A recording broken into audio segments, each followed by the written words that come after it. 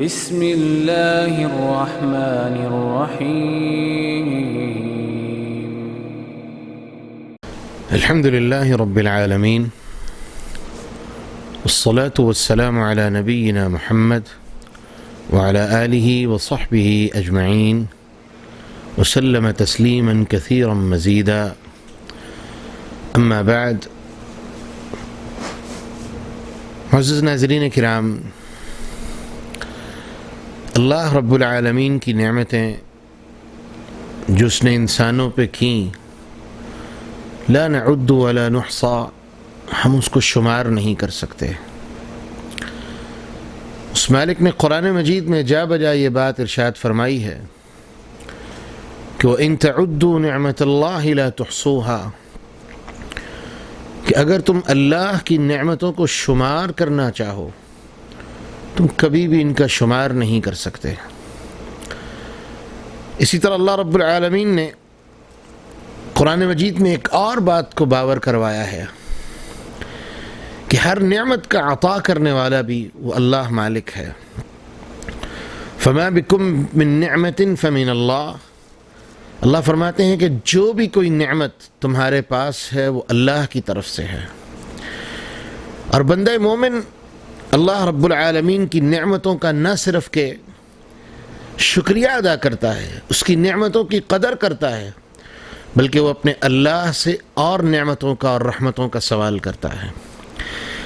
اور اللہ رب العالمین نے ہمیں جو لا تعداد نعمتیں عطا فرمائیں، ان نعمتوں میں سب سے بڑی نعمت وہ دین اسلام کی نعمت ہے. ایک ایسی نعمت ہے کہ دنیا کی کوئی چیز اس کا مقابلہ نہیں کر سکتی. اور دین مل جانے کے بعد پھر کئی نعمتیں ایسی ہیں کہ جو دین کے اندر رہتے ہوئے ایک لازوال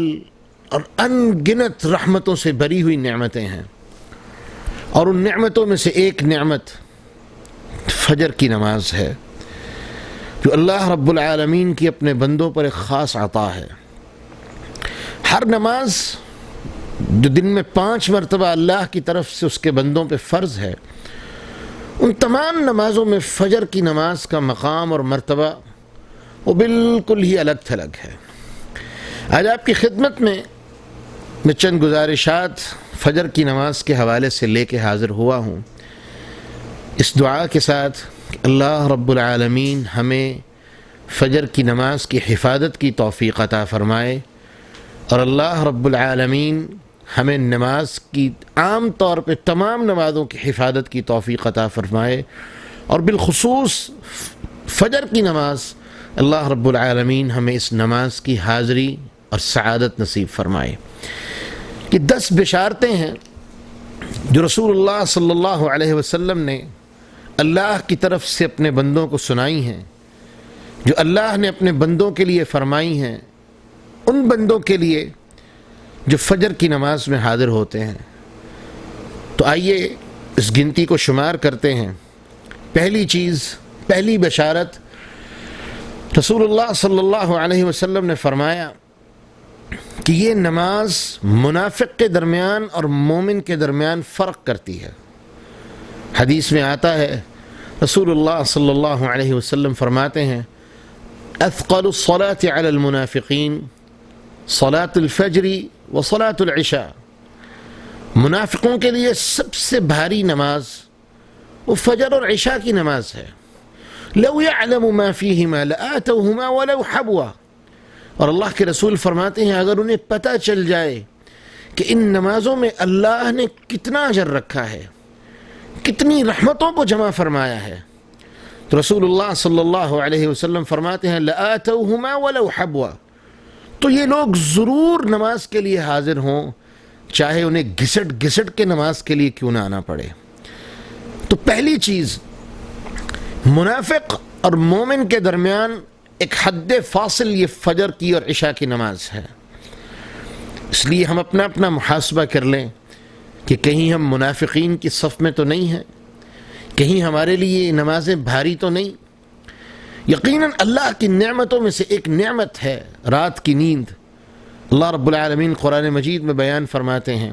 وَمِن رَحْمَتِهِ جَعَلَ لَكُمُ اللَّيْلَ وَالنَّهَارَ لِتَسْكُنُوا فِيهِ، یہ اللہ کی رحمتوں اور نعمتوں میں سے ایک نعمت ہے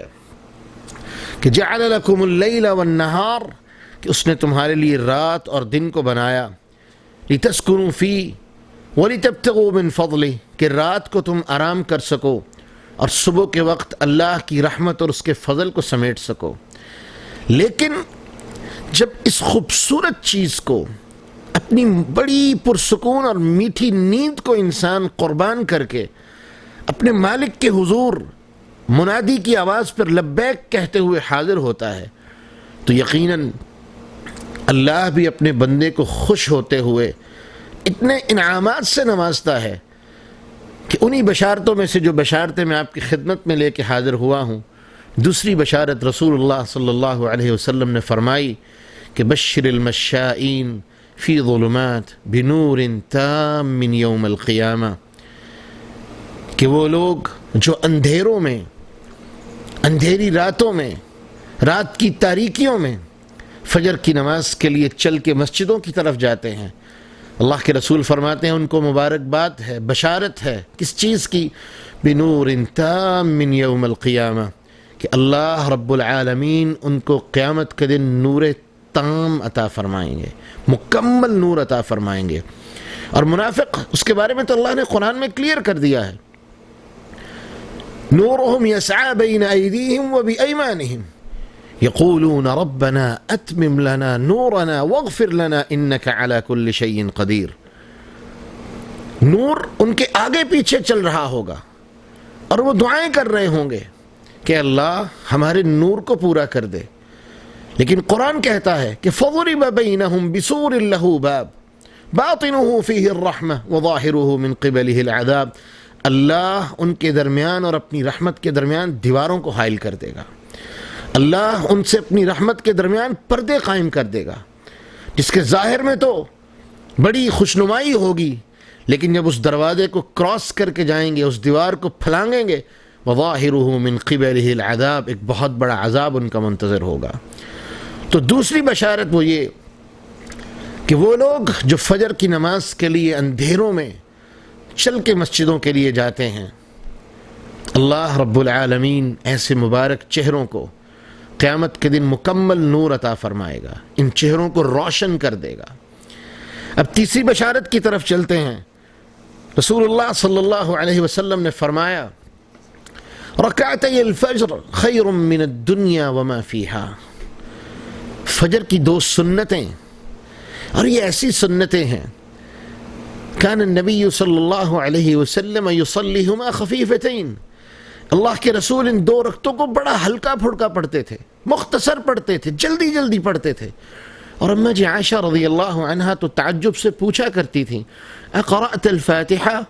اللہ کے رسول آپ نے اتنی جلدی پڑھنی ہے، کیا آپ نے سورۃ الفاتحہ بھی پڑھی یا نہیں پڑھی؟ کہیں آپ فاتحہ پڑھنا بھول تو نہیں گئے؟ یعنی اتنی مختصر رکعتیں ہوتی تھیں کہ رسول اللہ صلی اللہ علیہ وسلم ان کو جلدی جلدی ادا فرماتے۔ اور ابو ہریرہ رضی اللہ عنہ تو روایت کرتے ہیں کہ اللہ کے رسول صلی اللہ علیہ وسلم ایک رکعت میں قل یا ایھا الکافرون، دوسری میں قل ھو اللہ، ان دو صورتوں کو تلاوت فرماتے، یعنی بہت مختصر پڑھتے۔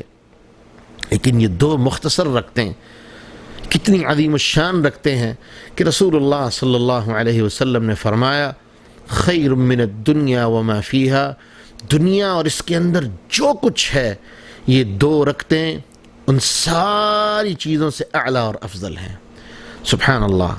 اب یہاں پر ایک لمحے کے لیے ٹھہریے اور سوچئے کہ جس نماز کے ساتھ یہ دو رکعتیں جڑی ہیں اور ان دو رکعتوں کی اتنی فضیلت ہے، اس نماز کی کیا اہمیت ہوگی، اس نماز کا کیا مقام ہوگا، وہ نماز کتنی اہمیت کی حامل اور برکتوں سے بری ہوگی۔ اگر اس کی سنتیں پڑھنے سے اللہ دنیا وما فیہا کی نعمتوں سے انہیں بہتر قرار دیتا ہے، تو وہ دو رکعتیں جو فجر کی فرض نماز ہوں گی وہ کتنی مبارک رکعتیں ہوں گی، کتنی عالی شان رکعتیں ہوں گی، اللہ کی رحمتوں اور برکتوں سے بھرپور ہوں گی، اس کی بھی ایک جھلک دیکھ لیجئے۔ چوتھی بشارت، رسول اللہ صلی اللہ علیہ وسلم فرماتے ہیں، پہلے قرآن نے اس بات کا اشارہ فرمایا ہے کہ اقم الصلاة لدلوک الشمس الى غسق اللیل وقرآن الفجر ان قرآن الفجر كان مشہودا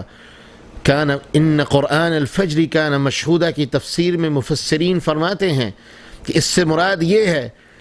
کہ فجر کی نماز میں فرشتے حاضر ہوتے ہیں، فرشتوں کی حاضری ہوتی ہے،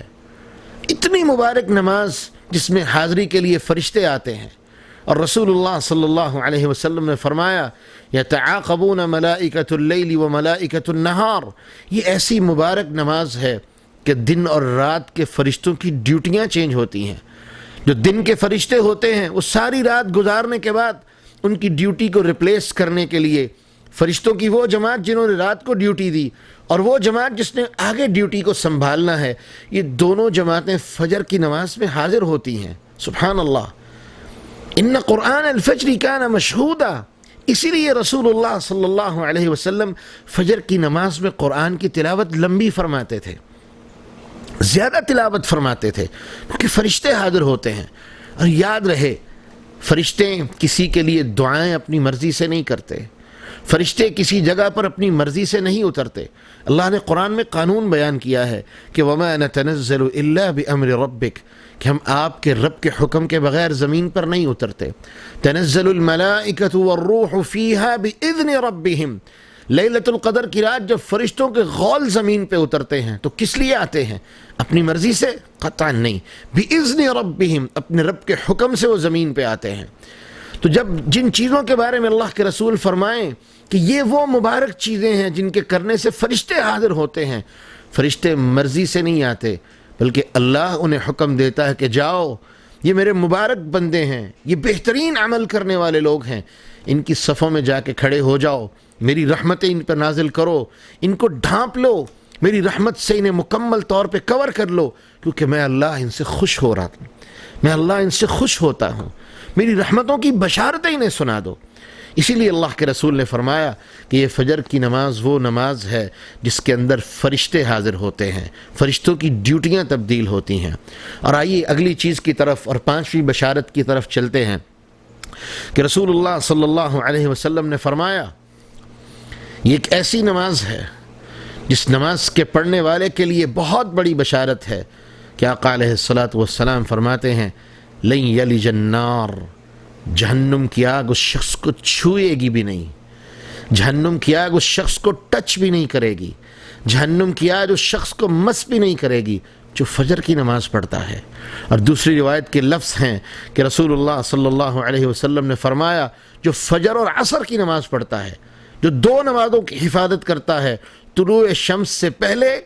اور غروب شمس سے پہلے، یعنی فجر کی اور عصر کی نماز، جو ان دو نمازوں کی حفاظت کرتا ہے، اللہ کے رسول نے وعدہ دے دیا لن یلج النار، آگ انہیں چھوئے گی بھی نہیں، وہ جہنم میں نہیں جائیں گے، بلکہ وہ اللہ کی رحمتوں میں ہوں گے، وہ اللہ کی انعامات میں ہوں گے، اللہ کی طرف سے بے پناہ احسانات میں وہ لوگ ہوں گے جو فجر کی نماز کی اور عصر کی نماز کی حفاظت کرنے والے لوگ ہیں۔ آئیے چھٹی بشارت کی طرف چلتے ہیں۔ رسول اللہ صلی اللہ علیہ وسلم نے فرمایا وہ شخص جو پیدل چل کے مسجد کو جاتا ہے، گھر سے باوضو ہوتا ہے، نماز کے ارادے کے لیے گھر سے نکلتا ہے، رسول اللہ صلی اللہ علیہ وسلم فرماتے ہیں اس کے ایک ایک قدم پر اللہ اسے نیکی عطا فرماتے ہیں۔ اور دوسری روایت کے لفظ ہیں اللہ اسے 10 نیکیاں عطا فرماتے ہیں، 10 گناہ معاف فرماتے ہیں، 10 درجات بلند فرماتے ہیں۔ اور وہ جب تک مسجد میں بیٹھ کے اللہ کا ذکر کرتا رہتا ہے، جتنی دیر وہ مسجد میں بیٹھا رہتا ہے، رسول اللہ صلی اللہ علیہ وسلم فرماتے ہیں گھر سے نکلنے سے لے کے واپس پلٹنے تک یہ شخص ایسے ہی ہے جیسے نماز کی حالت میں ہے۔ اس کے مکمل سفر کو اللہ نماز بنا دیتے ہیں، اس کے مکمل آنے جانے کو اللہ نماز میں بدل دیتے ہیں، نماز کا اجر عطا فرماتے ہیں۔ اور ساتویں بشارت کو بھی یہاں شامل کر لیجئے تو رسول اللہ صلی اللہ علیہ وسلم نے اور بھی بڑی مبارکباد اور خوشخبری دے دی۔ آقا علیہ الصلاۃ والسلام فرماتے ہیں جو بندہ فجر کی نماز پڑھتا ہے وہ ایسا ہے کہ اس شخص نے پوری رات کا قیام کیا ہے۔ 2 حدیثیں سنا دوں۔ اللہ کے رسول صلی اللہ علیہ وسلم فرماتے ہیں جس بندے نے عشاء کی نماز جماعت سے پڑھی گویا کہ اس نے آدھی رات کا قیام کیا. اور جو بندہ فجر کی نماز جماعت سے پڑھ لے، رسول اللہ صلی اللہ علیہ وسلم فرماتے ہیں یہ شخص ایسا شخص ہے گویا کہ اس شخص نے پوری رات قیام کیا ہے. یعنی عشاء پڑھ کے سو گیا اور فجر کی نماز جماعت سے نصیب ہو گئی، اس کے پورے رات کے سونے کو بھی اللہ اس کے لیے عبادت بنا دیں گے. سبحان اللہ. کیوں نہ ایسا ہو کہ جب وہ سویا ہے اپنی انرجی کو پورا کرنے کے لیے، اللہ کی نعمت سے اس نے استفادہ کیا، مستفید ہوا، لیکن جب منادی کی آواز آئی تو سب کو چھوڑ کے، اپنی نیند کو چھوڑ کے، اپنے نرم گرم بستر کو چھوڑ کے فوراً اللہ کے منادی کی آواز پہ لبیک کہتے ہوئے اللہ کے در پہ حاضر ہو گیا. کیوں نہ اس کے لیے یہ مبارکباد ہو، کیوں نہ اس کے لیے خوشخبری ہو کہ رسول اللہ صلی اللہ علیہ وسلم اس کو یہ مبارکباد دیں، یہ بشارت دیں کہ تو ایسا شخص ہے کہ تجھے اللہ نے پوری رات کے قیام کا ثواب عطا فرما دیا ہے.